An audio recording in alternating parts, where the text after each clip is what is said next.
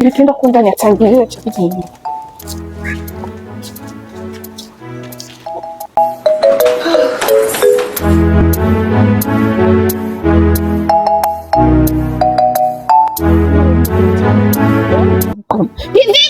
Naam, huyu si mke wangu huyu. Naam. Wife. Vipi lakini mke wangu? Mbona unashikilia kwanza ndani mke wangu? Kwanza umetoka wapi? Shida nini tena? Nakuuliza wewe umetoka wapi? Sisi niko ndani mke wangu. Uko ndani eh? Mbona niaibisha? Na kuaibisha ndio utakapojua kama mimi nakuaibisha au nakufanya nini? Hivi wewe basi tuongelee ndani. Sitaki, unaenda kwa kijana kufanya nini? Kijana gani? Umjui ulipoenda. Umeenda umemfokea kijana watu. Unajua ngono safari anatoa wapi? Viatu unapokuwa unajua mtoa hela anatoa wapi? Na kununulia boxer, na kununulia yani mwanangu chochote unachotaka mimi na kununulia unajua anatoa wapi? Ni kweli, hebu naomba nisikilize. Ninapokaa mimi. Naomba unisikilize. Unajua mimi ni mtoto wa kiume na na hisia na na wivu pia. Tambua nakupenda. Wivu wewe una tatizo wewe una ukokuwa na wivu ungechoka unaenda kufanya kazi. Muda wote upo ndani mimi ndo nafanya kazi. Natoka huku natoka nyumbani naenda kutafuta hela huko. Na kuletea. Unajua mimi natoa wapi na hangaika kiasi gani natafuta hizo hela? Mke wangu nikwambia wewe subiri. Mimi mkeo. Mimi napambana. Mimi mkeo. Mimi madili yangu. Unapambana mpaka lini wewe? Madili yangu ya mtandaoni. Unapambana mpaka lini? Wewe usijali. Unajua umenikea.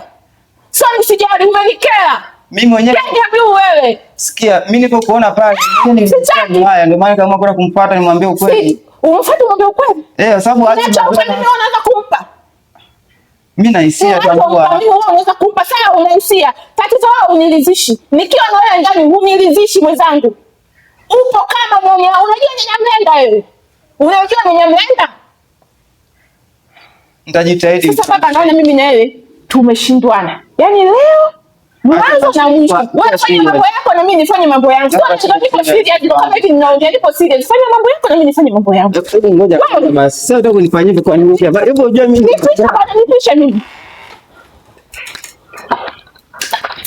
Mke wangu.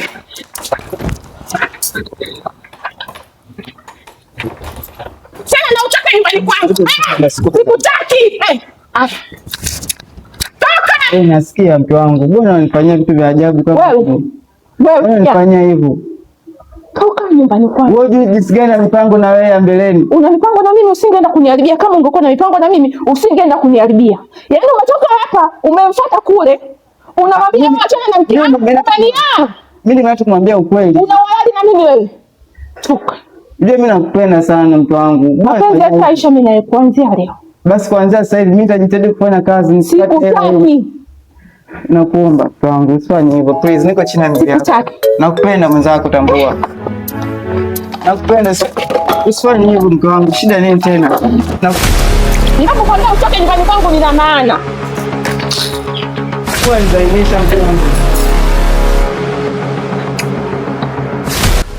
Haya kila siku mimi ni kitu gani ambacho nimefanya cha ancha kumfanya hadi anifukuza kiasi hiki? Nisiseme ukweli kwamba ananichiti na huku ni kweli nimemfumania yuko na mwanaume mwingine. Hata kama sikulizishi, tambua mimi ni mtu wa kiume. Sometimes nakuwa na mawazo nashinda kufanya tendo. Kunivumilia tu unashindwa. Na nizailisha hiyo nitupia nguo zangu, wanifukuza. Tambua Mungu yupo. Leo anifukuza mimi kwako, leo anifukuza mimi kwako leo. Sisi sio milima tutakutana. Sisi ni majani tutakutana kwenye mahindi.